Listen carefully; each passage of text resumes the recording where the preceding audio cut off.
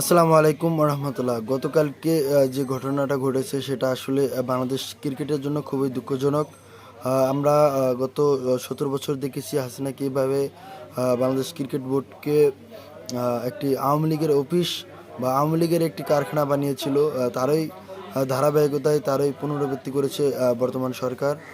তারা বিসিবির রানিং কমিটিকে আসলে ভেঙে দিয়ে তারা একটি অ্যাডহক কমিটি গঠন করে।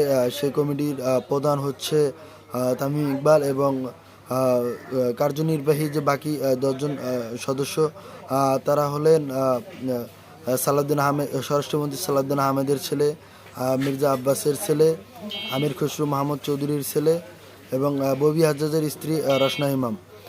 এটা আসলে পুরোপুরি একটি বিএনপি ক্রিকেট বোর্ড হিসাবে প্রতিষ্ঠিত হয়েছে। কালকে থেকে সোশ্যাল মিডিয়ায় আলোচনা সমালোচনা বিভিন্ন আলোচনা উঠেছে। এটা কোনোভাবেই কাম্য নয়, যেহেতু বিসিবি একটি স্বায়ত্তশাসিত প্রতিষ্ঠান এবং কিছুদিন আগেই আসলে এনএসসির অধীনে একটি বিসিবি বোর্ড নির্বাচন হয় এবং সেই নির্বাচনটা সুষ্ঠু এবং ফেয়ার হয়েছে।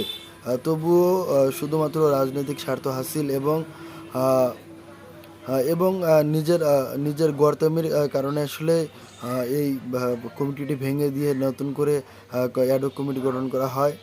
আহ, ভবিষ্যতে আসলে বাংলাদেশের ক্রিকেট কোথায় গিয়ে পৌঁছাবে সেটা ভিন্ন আলাপ, কিন্তু একটি স্বায়ত্তশাসন প্রতিষ্ঠানে সরকারি হস্তক্ষেপ এটা কোনোভাবেই কাম্য নয় এবং এটা মোটেও উচিত হয়নি।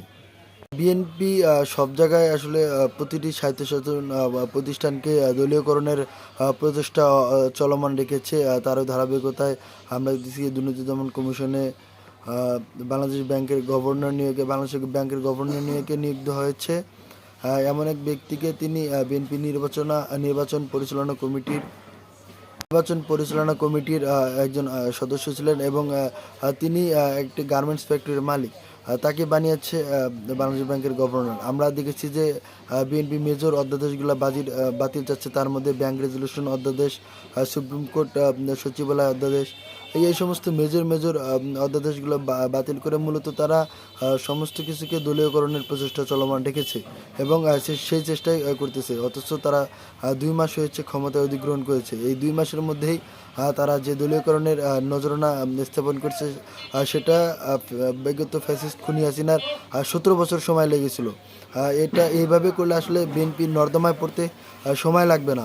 সকল প্রতিষ্ঠানকে, স্বায়ত্তশাসন প্রতিষ্ঠানকে দলীয়করণ করা একটা হচ্ছে হীন মন মানসিকতা।